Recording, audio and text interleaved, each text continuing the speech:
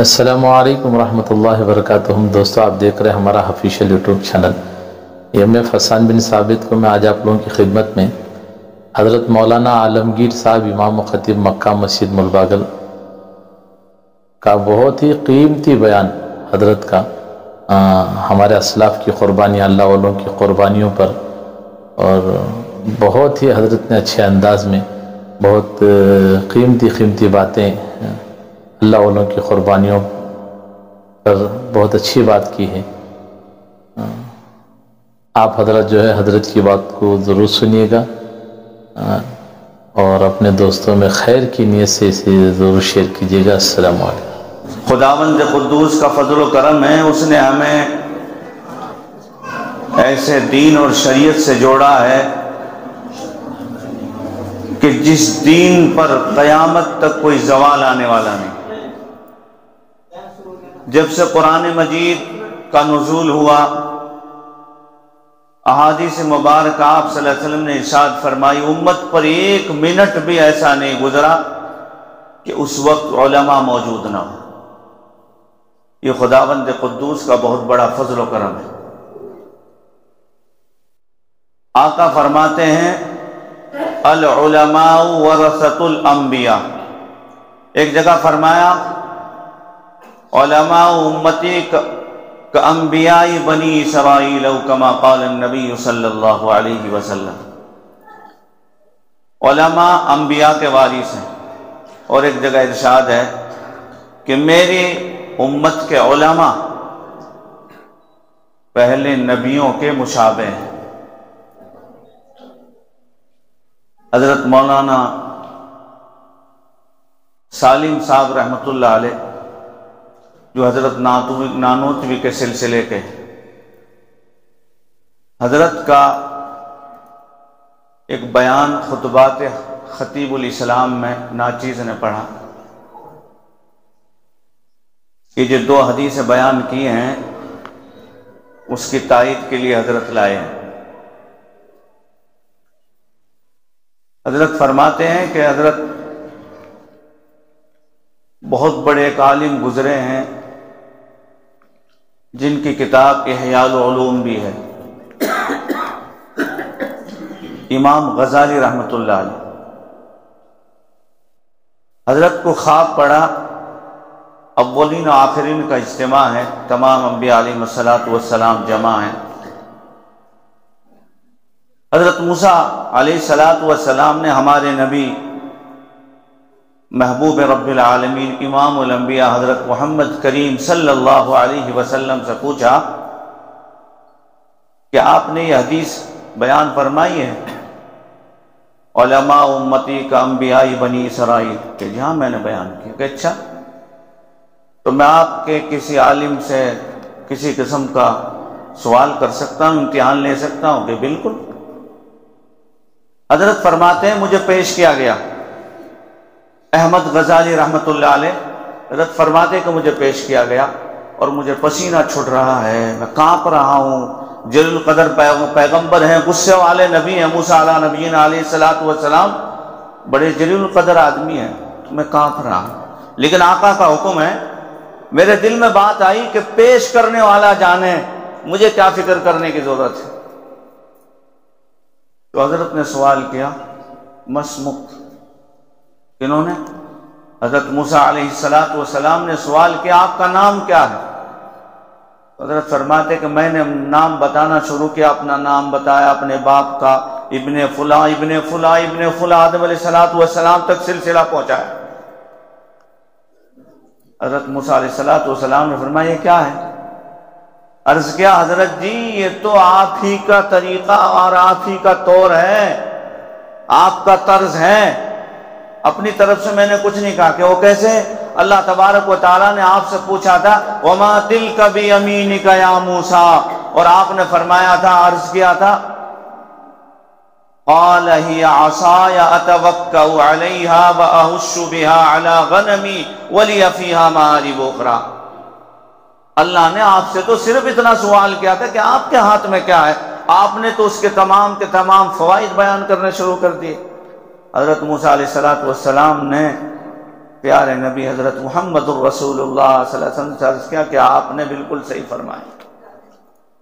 تو یہاں پر ہم یہ مدنی خانوادہ، ان کے ایک چشم و چراغ، اسی سلسلے کے ایک کلی ایک پھول حضرت مولانا اشہد رشیدی دامت برکاتہم العالیہ، جن کے اندر حضرت مدنی کی جھلک معلوم ہوتی ہے۔ خداوند قدوس نے حضرت کو وہ وجاہت اور وہ رعب عطا فرمایا کہ چہرہ دیکھ کر آدمی مرعوب ہوتا ہے۔ یہ خاندان ایسا ہے۔ حضرت مدنی رحمت اللہ علیہ کی کتاب ہے اسیر مالٹا، نقش حیات بھی اسیر مالٹا ہے۔ اب یہاں کی میں آپ کو کرناٹکا کی بات سنا۔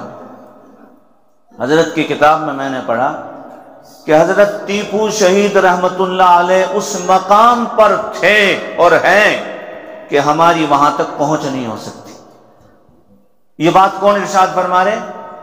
شیخ العربی والعجم، جنہوں نے محمد عربی صلی اللہ علیہ وسلم کی گنبد خضرا کی سنہری جالیوں کے پاس بیٹھ کر 17 سے 18 سال بیٹھ کر پیغمبر اعظم صلی اللہ علیہ وسلم کی حدیث پڑھائی ہے، اور جن کو لقب ملا ہے شیخ العربی والعجم کا، وہ فرما رہے حضرت ٹیپو شہید رحمت اللہ علیہ جس مقام پر تھے ہماری وہاں تک پہنچ نہیں ہو سکتی۔ یہ وہ سلسلہ ہے۔ اور آزادی کے بعد حضرت مدنی علیہ الرحمہ تشریف لائے تھے حضرت کے ہاں۔ حضرت نے سلام دعا کے بعد، درود فاتحہ کے بعد عرض کیا، شیر میسور، مجاہد اعظم، آپ نے جس مہم کی ابتدا کی تھی، الحمدللہ آپ کے شہادت کی خون کی لاج اللہ نے فرما کر اللہ نے انگریز کو بھگا دیا ہے۔ یہ وہ خاندان، وہ سلسلہ ہے۔ بچہ ان کا بغیر ووٹ کے بادشاہ ہے، اور یہ عالمی سطح کے بزرگ ہیں، کوئی چھوٹی موٹی ہستی نہیں ہے۔ اور دیکھنے میں آپ کو بالکل سادہ انداز، آپ یہ سمجھ لیجئے واقعات امام غزالی کے ہوں، شبلی نعمانی کے ہوں، احمد غزالی کے ہوں، محمد غزالی کے واقعات ہوں، بڑے بڑے اکابرین گزرے ہوں، لیکن ہمارے وقت کے امام غزالی، اس وقت کے امام، اس وقت کے ولی اللہ، یہ لوگ ہیں۔ لیکن ہمارا ایک اپنا مزاج ہے، ہم جب تک زمین پر رہتے قدر نہیں کرتے، زمین میں جانے کے بعد ہم لوگ قدر کرتے ہیں۔ امام بخاری رحمت اللہ علیہ کی بھی قدر نہیں کی گئی، امام شافعی رحمت اللہ علیہ کی قدر نہ ہوئی، امام ابو حنیفہ رحمت اللہ علیہ کی قدر نہ کی۔ تو یہ احباب جو ہیں، اگر آج ہمارا جلسہ، ہمارا کوئی پروگرام ایسا ہوتا کہ ذرا سا شور شغب ایسا ہو جاتا دنیاوی اعتبار سے تو بھیڑ لگ جاتی، لیکن جو حقیقی مجلسیں ہیں ان میں ہم جڑنے کو تیار ہیں۔ تو وقت کے امام غزالی، وقت کے شبلی نعمانی، اور وقت کے فقہا میں اور وقت کے محدثین میں آبا قرآن جب حضرت والا تلاوت کر کے اس کا ترجمہ کرتے ہیں تو ایسا محسوس ہوتا ہے کہ قرآن کا نزول اب ہو رہا ہے۔ کیا انداز ہے قرآن پڑھنے کا! اللہ تبارک و تعالیٰ نے عالمی سطح کا معاملہ ان کے سامنے رکھا ہے، تو چھوٹی موٹی شخصیت نہیں ہے۔ حضرت مدنی رحمت اللہ علیہ، حضرت مولانا اسد مدنی رحمت اللہ علیہ عالمی سطح کے آدمی، امیر الہند نہیں بلکہ دنیا کا سفر کرنے والے حضرت تھے۔ تو یہ بہت اونچا سلسلہ ہے، ہم چھوٹی بات نہ سمجھیں۔ ایسے لوگوں کا دیکھنا عبادت، مصافحہ کرنا عبادت، مجلس میں بیٹھنا جڑنا عبادت۔ اور ایک حدیث یاد آئی ہے، صحبان الہند، چھوٹا سین ہے الف، ایک کتاب ہے علامہ ابن سعید رحمت اللہ علیہ کی، اس میں لکھا ہے اللہ تبارک و تعالیٰ اپنے ایک بندے کو بخشنا جائیں گے، لیکن اس کے نامہ اعمال میں ایسا معاملہ نہیں ہوگا کہ جس پر ان کو جنت میں بھیجتے۔ توجہ کے ساتھ سنیں، حضرت بھی بالکل قریب ہے، آنے کے نزدیک میں ہے۔ اللہ تبارک و تعالیٰ بواسطہ فرشتے سوال کرائیں گے، اس میرے بندے سے پوچھو کہ اس کا دوست کوئی دنیا میں عالم تھا یا نہیں؟ اگر اس کا دوست عالم تھا تو میں اپنے عالم کی دوستی کی برکت سے اسے جنت میں بھیج دوں گا۔ وہ ادھر ادھر تلاش کرے گا، بگلے جھانکے گا کہ ہائے افسوس، M L A, M P اور دنیا دار اور فلاں بڑے بڑے عہدے گنوائے گا کہ ان سے میرا تعلق تھا، لیکن افسوس میں تو ان کو گھٹیا سمجھتا تھا، کوئی عالم میرا دوست نہیں تھا، میں اچھا ہی نہیں سمجھتا تھا، یہ تو چند آدمیوں کے ٹکڑوں پر پڑنے والے قوم ہے، اس سے ہم کیا تعلق رکھیں۔ اس کے بعد وہ منع کر دے گا، پھر اللہ پوچھیں گے اچھا بتاؤ، اس سے پوچھ لو اس نے کبھی کسی عالم کی دعوت کی ہے یا نہیں؟ اگر اس نے کسی عالم کی دعوت کی ہوگی تو میں اپنے عالم کے اس کے دسترخوان کی شرکت کی وجہ سے اس کی برکت سے اسے معاف کر دوں گا، جنت میں بھیج دوں گا۔ وہ دیکھا جائے گا، تلاش کیا جائے گا، پتہ چلے گا کہ یہ بھی معاملہ نہیں تھا۔ دنیا داروں کی، بڑے بڑے لوگوں کی دعوتیں ہوئی، لیکن میں نے کبھی عالم کو اپنے اندر دہلیز کے اندر آنے نہ دیا۔ میں تو اچھا ہی نہیں سمجھتا تھا، میں تو منحوس سمجھتا تھا اس سلسلے کو۔ اللہ تبارک و تعالی پھر بخشنا چاہیں گے، رحمت حق بہانہ بھی جویت، اللہ کی رحمت نکتے اور بہانے تلاش کرتے، معاف کرنا چاہتے خداوند قدوس، لیکن یہ بھی نہیں ملے گا، افسوس میں کسی عالم کی دعوت نہیں۔ اللہ پھر معلوم کرائیں گا، اچھا اس سے یہ پوچھو یہ کبھی ایسے دسترخوان پر شریک ہوا ہو جس پر میرا عالم ہو؟ میں نے جو اپنے محبوب حضرت محمد کریم صلی اللہ علیہ وسلم پر قرآن مجید نازل فرمایا اور آپ علیہ السلام نے جو اس کی تشریح حدیث مبارکہ کی شکل میں کی، کیا اس کا جاننے والا کوئی تھا اس دسترخوان پر اور یہ بھی شریک ہو؟ افسوس یہ معاملہ بھی نہ ملا کہ کبھی ایسے دسترخوان پر شرکت کی ہو جس پر کوئی عالم موجود ہو۔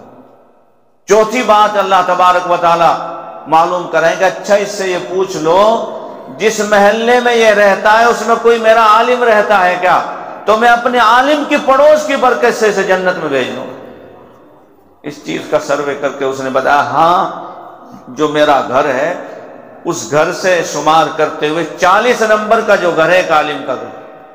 اللہ نے فرمایا کہ ٹھیک ہے، عالم کا پڑوس ہونے کی وجہ سے میں اسے جنت میں بھیجتا ہوں۔ تو یہ اہل علم کا مقام ہے، ہم سمجھتے ہیں کہ بس ویسے ہی ہے۔ اور یاد رکھیں ایک بات آپ حضرات کے سامنے عرض کرتا ہوں، جب تک دنیا میں علماء رہیں گے، حفاظ قرہ رہیں گے، مساجد آباد رہیں گی، ادارے مکاتب مدارس آباد رہیں گے، ہم آباد رہیں گے۔ ہم یہ نہ سمجھیں کہ ہم فیکٹری چلا رہے ہیں، ہم فیکٹری مالکان مدرسہ چلا رہے ہیں، یا ہم زمیندار مدرسہ مسجد چلا رہے ہیں، نہیں، بلکہ جب تک مسجد مدرسہ اور یہ دینی محفلیں مجلسیں چلتی رہیں گی اس وقت تک ہماری فیکٹری آباد ہوگی، ہمارے دکان مکان جائیداد باغ و بہار آباد ہوں گے۔ جس دن یہ سلسلہ بند ہو جائے گا نظام ختم۔ لا تقوم الساعة حتى يقال في الارض اللہ اللہ، جب تک ایک بھی اللہ اللہ کرنے والا زمین پر موجود ہے اس وقت خداوند قدوس اس کائنات کو چلاتے رہیں۔ تو ہم تھوڑا ہی چلا رہے ہیں، قرآن کی برکت سے ہم چل رہے ہیں، احادیث مبارکہ کی برکت سے ہم چل رہے ہیں، سنتوں کی برکت سے ہم چل رہے ہیں، فرائض کی برکت سے ہم چل رہے ہیں۔ ہم یہ نہ سمجھے کہ ہم چلا رہے ہیں، بلکہ جب تک یہ نظام خداوند قدوس کا چلتا رہے گا اس وقت تک ہم آباد رہیں گے۔ تو یہ اہل اللہ دیکھنے میں ایسا ہی معلوم ہوتا ہے، سیدھا سادہ انداز ہوتا ہے، یہ دل سے دل میں تصرف کرتے ہیں، بالکل سادہ مزاج رہتا ہے، کوئی ٹیپ ٹلو رہنے کی ضرورت نہیں ہے، اندر جو چیز ہے اسے کسی بناوٹ کی ضرورت نہیں رہتی۔ تو یہ ہمارے وقت کے شبلی نعمانی، ہمارے وقت کے جنید بغدادی، ہمارے وقت کے حسن بصری، ہمارے وقت کے علماء اور صلحاء یہ موجود ہیں جو الحمدللہ جو اب تشریف آور ہیں، حضرت والا تشریف لا چکے ہیں، بالکل قریب میں ہیں، ایک 5-10 منٹ میں انشاءاللہ پہنچ جائیں گے، جن کے لیے ہماری آنکھیں ترس رہی ہیں اور ہمارے کان جن کی بہترین انداز کے تلاوت کو اور حضرت کے وعظ و نصیحت کو جو ترس رہے ہیں، انشاءاللہ بہت ہی جلد حضرت والا پہنچنے والے ہیں۔ تو آپ حضرات ادب اور احترام کے ساتھ تشریف رکھیں، بالکل مجلس میں کسی قسم کی افراتفری نہ ہو، اطمینان کے ساتھ بیٹھے رہیں، ادھر بھاگ رہے ادھر بھاگ رہے، ایسا نہیں ہونا، اطمینان سے بیٹھے رہیں، سب کو نظر آئیں گے۔ اور آپ یہ نہ سمجھیں یہ محفل یہیں رہے گی، یہ محفل انشاءاللہ جنت میں بھی۔ آپ یہ نہ سمجھیں کہ بھائی چلو بھائی مرنے کے اور اسی طریقے سے جنازے کے، نکاح کے، بچہ پیدا ہونے کے یہی مسائل ہم معلوم کر، نہیں، علماء کی ضرورت وہاں بھی پڑے گی انشاءاللہ۔ اللہ تبارک و تعالیٰ فرمائیں گے میرے بندوں سے پوچھو اور کیا چاہیے؟ بندے عرض کریں گے ہمیں تو ایسی ایسی چیزیں مل گئی ہم تصور بھی نہیں کر سکتے، اب ہمیں کیا ضرورت ہے؟ پھر بار بار اور کیا چاہیے اور کیا چاہیے؟ تو کچھ بیچارے سمجھدار قسم کے احباب ہوں گے جیسے ہمارے متولی صاحب جیسے، وہ کہیں گے رے کم بختو علماء کے پاس چلو، ان سے پوچھ لو مسائل، ہماری سمجھ میں بات نہیں آ رہی، ان سے معلوم کرو چل کر کے کیا چاہیے، کہ اللہ کی طرف سے ہمیں بار بار یہ کہا جا رہا ہے اور کچھ چاہیے اور کچھ چاہیے، ہمیں تو سب کچھ مل چکا ہے۔ علماء کہیں گے دنیا میں کس کو راضی کرنے کے لیے نماز پڑھتے تھے، کس کے لیے روزے رکھتے تھے، کس کے لیے حج کرتے تھے، زکوٰۃ دیتے تھے، کس کے لیے ساری زندگی مار کھائی، کس کے لیے پاپڑ پیلا، نہ سردی کی پرواہ، نہ گرمی کی پرواہ، نہ بھوک کی، نہ پیاس کی، کس کے لیے کرتے تھے؟ کہ اللہ کے لیے۔ تو اللہ کا دیدار ہوا ہے کہ جی نہیں، تو پھر کم وقت تو تمہیں ملا کیا ہے؟ جس کے لیے ساری زندگی پاپڑ پیل کر کے آئے ہو اس کی تمنا کر لو، اللہ کا دیدار چاہو، پھر اللہ تبارک و تعالی اپنے فضل و کرم سے جمعے کا دن رکھیں گے۔ جس طریقے سے ہم یہاں نماز پڑھتے ہیں جمعے کی اور جاتے ہیں جمعے کے دن سارے اکٹھے ہو کر کے، اسی طریقے سے جمعے کا دن ہوگا۔ قرآن کہتا ہے وَلَدَيْنَا مَزِيدٌ، ہم زیادہ دیں۔